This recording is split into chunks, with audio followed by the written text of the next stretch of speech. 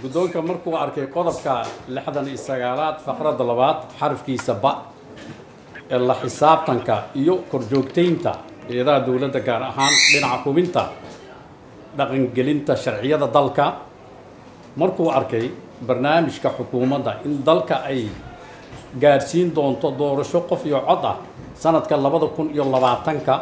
oo ku salaysan dimuqraadiyad iyo rabitaanka shacabka Soomaaliyeed markuu arkay in xukuumadda ku fashilintay ballanqaadkii ahaa diyaarinta hanaan iyo qorshe cad oo lagu gaarayo doorasho qof iyo cod ah sanadka 2020 dhamaystirka federaaleynta heerarka kala duwan iyo go'aanka qaadashada maqaamka caasimadda ka hor waqtiga doorashada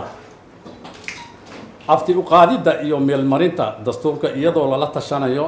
labada gole ee dawlad goboleedyada iyo qeybaha kala duwan ee bulshada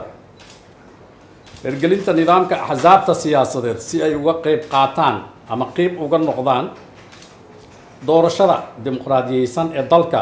ugana howlgalaan dalka oo dhan markay ku fashilmeen diyaarinta ciidamo amniga suga oo heer federaal iyo heer dawlad goboleed ah awaamirtana ka qaata guddiga madax bannaan ee doorashooyinka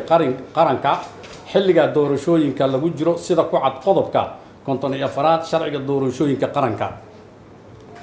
diyaarinta qoondadii dhaqaale ee lagu qaban lahaa doorashada oo aan lagu soo darin miisaaniyadda 2020 markuu dhageystay golaha shacabka ee baarlamaanka federaalka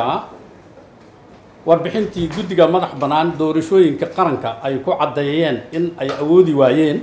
soo gudbinta qorshaha qabsoomidda doorashooyinka muddada ku xusan qodobka 13aad faqradda 3aad sharciga doorashooyinka qaranka isla markaasna ku dhawaaqeen inaysan ku qaban karin doorashada waqtigii loogu talagalay sidaa daraaddeed guddoonka golaha shacabka wuxuu cod u qaaday kala noqoshada kalsoonida xukuumadda hadda jirta oo ra'iisul wasaare uu yahay xasan khayre baarlamaankana sidaan ayuu codeeyay waxaa ogol u codeeyay 170 xildhibaan waxaa diiday 8 xildhibaan wax ka aamusay malaha sidaa daraaddeed madaxweynaha jamhuuriyadda federaalka Soomaaliya sida uu farayo dastuurka kumeel gaarka ah oo in si degdeg ah u soo magacaaba ra'iisul wasaare iyo xukuumad waddankan gaarsiin karta fulin karta doorasho qof iyo cod ah muddadii loogu talagalay aad iyo aad u mahadsantihiin